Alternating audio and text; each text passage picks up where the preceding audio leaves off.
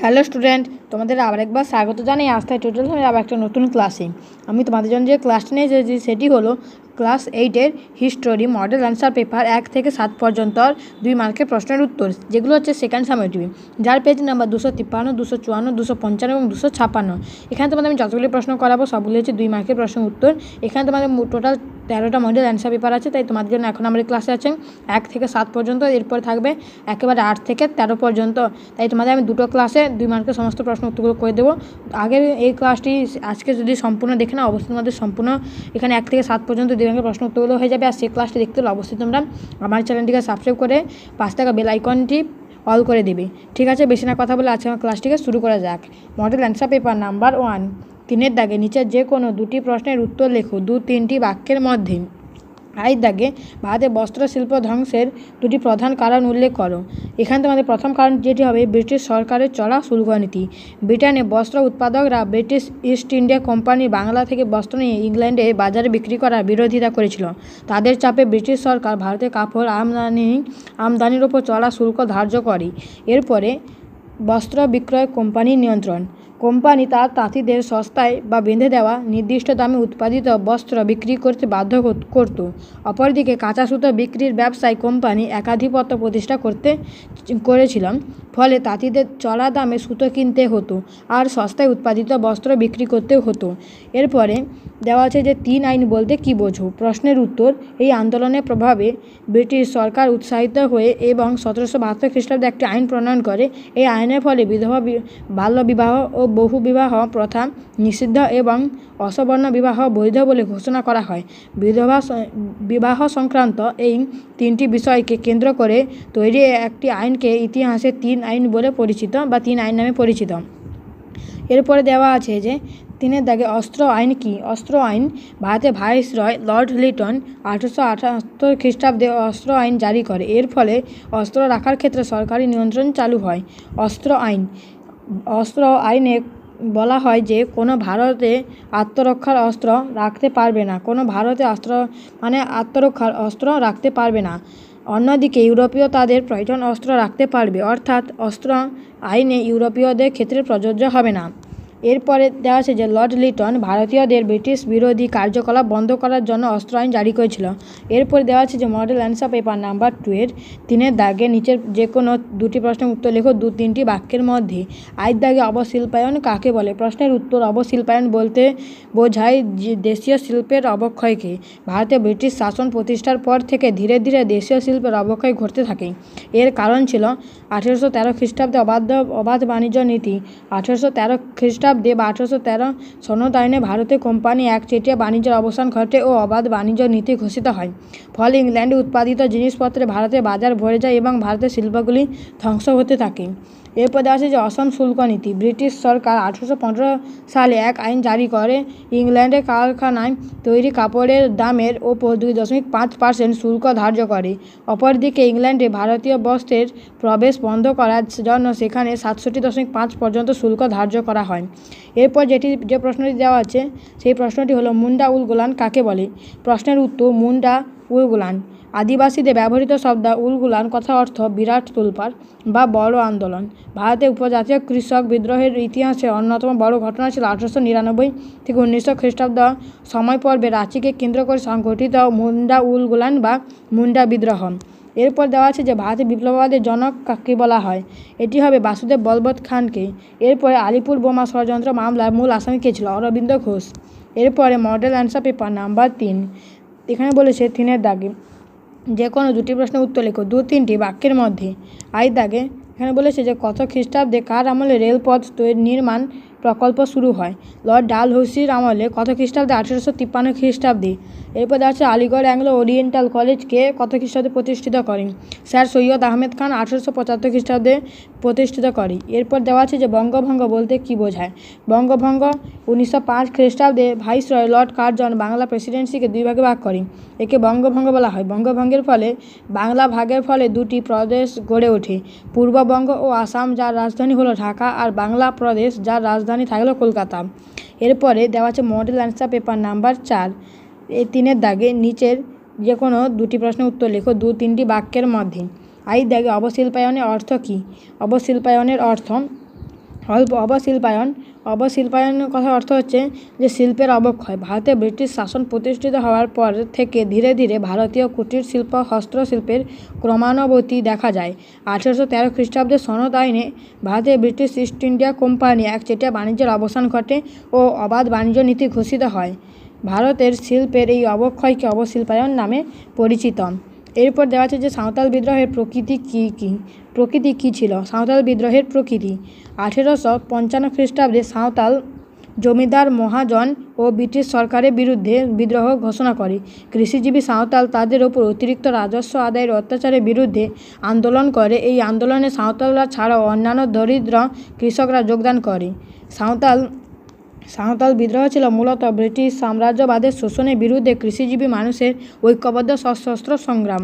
এরপর দেওয়া আছে যে ভারতে প্রথম পর্বের গুপ্ত বৈপ্লবিক কার্যকলাপ ব্যর্থ হয়েছিল কেন। প্রশ্নের উত্তর যে ব্যর্থতার কারণ ভারতে প্রথম পর্বে গুপ্ত বৈপ্লবিক কার্যকলাপ ব্যর্থ হয়েছিল তার প্রথম কারণ হবে অধিকাংশ বিপ্লবী পুলিশের হাতে ধরা পড়েছিল অথবা তাদের কার্যকলাপ ফাঁস হয়ে গেছিল। দ্বিতীয় কারণ হবে যে বিপ্লবীরা গোপনে কাজকর্ম করত বলে সামাজিক আন্দোলনের কর্মসূচি গ্রহণ করতে পারেনি, ফলে তারা জনগণের থেকে বিচ্ছিন্ন হয়ে পড়েছিল। তৃতীয়, কলকাতা, মেদিনীপুর, চন্দননগর, ঢাকা ইত্যাদি স্থানে বিচ্ছিন্ন গড়ে ওঠা বিপ্লবী সমিতিগুলিকে ঐক্যবদ্ধ করার মতো নেতা ছিল না। এরপরে মডেল অ্যান্সার পেপার নাম্বার 5 3-এর দাগে নিচে প্রশ্নগুলো যে কোনো দুটি উত্তর লেখো 2-3টি বাক্যের মধ্যে। 1870 খ্রিস্টাব্দে দাক্ষিণাত্য হাঙ্গামার কারণ কি। 1870 খ্রিস্টাব্দে মে থেকে সেপ্টেম্বর মাস পর্যন্ত দাক্ষিণাত্যে মহারাষ্ট্রের পুনা ও আহমেদনগর জেলায় যে কৃষক বিদ্রোহ ঘটেছিল তাদের সরকারি ভাষা বলা হয় দাক্ষিণাত্য হাঙ্গামা। সরকারি ভাষায় বলা হয় দাক্ষিণাত্য হাঙ্গামা। দাক্ষিণাত্য হাঙ্গামার কারণগুলি অত্যাধিক ভূমি রাজস্ব। দাক্ষিণাত্য হাঙ্গামা অন্যতম প্রধান কারণ ছিল রাওয়াতারি কৃষক ব্যবস্থায় কৃষকদের করের বোঝা। এরপরে দ্বিতীয় হচ্ছে যে তুলোর মূল্য হ্রাস পাওয়া। ঐতিহাসিক এল নটরাজন বলেছেন যে দাক্ষিণাত্যে কৃষক বিদ্রোহের অন্যতম মূল প্রধান কারণ ছিল তুলোর মূল্য হ্রাস পাওয়া। এরপর দেওয়া আছে মহাজনদের শোষণ। দক্ষিণ মহাভারতের সাহুকার মহাজনরা দরিদ্র চাষিদের বিভিন্নভাবে শোষণ করত। এরপর দেখা যাচ্ছে যে স্যার সৈয়দ আহমেদ খান মুসলমানদের শিক্ষা সংস্কারে কী অবদান রেখেছিল। শিক্ষা সংস্কার স্যার সৈয়দ আহমেদ খান মুসলমান যুবকদের উদ্দেশ্যে বলেছিলেন যে নিজেদের শিক্ষার মধ্যে ডুবিয়ে দাও, ওটাই মুক্তির পথ। পাশ্চাত্য শিক্ষার বিস্তারের জন্য তিনি নাম্বার 1 যে 1863 খ্রিস্টাব্দে সায়েন্টিফিক সোসাইটি প্রতিষ্ঠা করেছিল। 1864 খ্রিস্টাব্দে তিনি গাজীপুর ও মোরাদাবাদে 2টি বিদ্যালয় প্রতিষ্ঠা করে ইংরেজি ও বিজ্ঞান শিক্ষা চালু করেন। 3 হচ্ছে 1875 খ্রিস্টাব্দে Aligarh Mohammedan Anglo oriental college প্রতিষ্ঠা করে। ইংরেজ সরকারও আলিগড় কলেজ প্রতিষ্ঠায় উৎসাহ দিয়েছিল। বড়লাট লর্ড নর্থব্রুক ব্যক্তিগতভাবে এই কলেজে 10,000 টাকা দান করেন।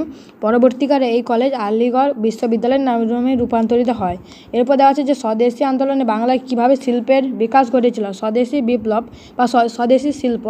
স্বদেশী আন্দোলন স্বদেশী শিল্প গড়ে তুলতে সাহায্য করে। বস্ত্র, সাবান, দেশলাই, কাগজ প্রভৃতি নিত্য প্রয়োজনীয় দ্রব্যের সরবরাহের জন্য প্রয়োজনীয় কিছু শিল্প গড়ে ওঠে। এরপরে দেওয়া আছে মডেল অ্যান্সার পেপার নাম্বার 6 3-এর দাগে নিচের যে কোনো দুটি প্রশ্নের উত্তর লেখো। 2-3টি বাক্যের মধ্যে সূর্যাস্ত আইন কি। সূর্যাস্ত আইন ছিল 1793 খ্রিস্টাব্দে লর্ড কর্নওয়ালিস প্রবর্তিত চিরস্থায়ী বন্দোবস্তের একটি শর্ত। সূর্যাস্ত আইন চিরস্থায়ী বন্দোবস্তের একটি জমিদারকে বছরে একটি নির্দিষ্ট দিনের মধ্যে কোম্পানি প্রাপ্য রাজস্ব জমা দিতে হতো। শেষ দিনে সূর্য অস্ত যাওয়ার আগেই প্রাপ্য রাজস্ব কোম্পানিকে জমা দিতে না পারলে জমিদারদের জমিদারি হাতছাড়া হতো। কোম্পানি রাজস্ব আদায়ের এই নিয়মকে সূর্যাস্ত আইন বলা হয়। এরপর দেওয়া আছে ভারতীয় ও কোম্পানি ইংরেজি ভাষা ও পাশ্চাত্য শিক্ষা প্রসারে চেয়েছিল কেন। ভারতে ব্রিটিশ ইস্ট ইন্ডিয়া কোম্পানির শাসনের সূচনার পর ব্রিটিশ শিক্ষানীতি ও পাশ্চাত্য শিক্ষার প্রসার ঘটে। এর কারণ ছিল নাম্বার 1 প্রশাসনিক সুবিধা। ব্রিটিশ সরকার ইংরেজি শিক্ষিত কর্মচারী তৈরি করে প্রশাসনিক সুবিধা লাভের পাশ্চাত্য শিক্ষার প্রসার ঘটায়। দ্বিতীয়, খ্রিস্ট ধর্মের প্রসার। খ্রিস্ট ধর্মের মিশনারিরা খ্রিস্ট ধর্ম প্রচারের জন্য পাশ্চাত্য শিক্ষার প্রসার ঘটায়। তৃতীয় হচ্ছে ভারতীয়দের আগ্রহ। পাশ্চাত্য শিক্ষা যুগোপযোগী এবং চাকরি লাভের ক্ষেত্রে অনুকূল হওয়ায় ভারতীয়রা এই শিক্ষা গ্রহণে আগ্রহী হয়ে উঠেছিল। এরপর দেওয়া আছে ইলবার্ট বিলের বিষয়বস্তু কী ছিল। ইলবার্ট বিলের বিষয়বস্তু ভারতের উদারপন্থী বড়লাট লর্ড লিপনের নির্দেশে আইন সচিব ইউরোপীয় ও ভারতীয় বিচারকদের বিচার ব্যবস্থায় সমতা দানের উদ্দেশ্য তৈরি করেছিল 1883 খ্রিস্টাব্দে।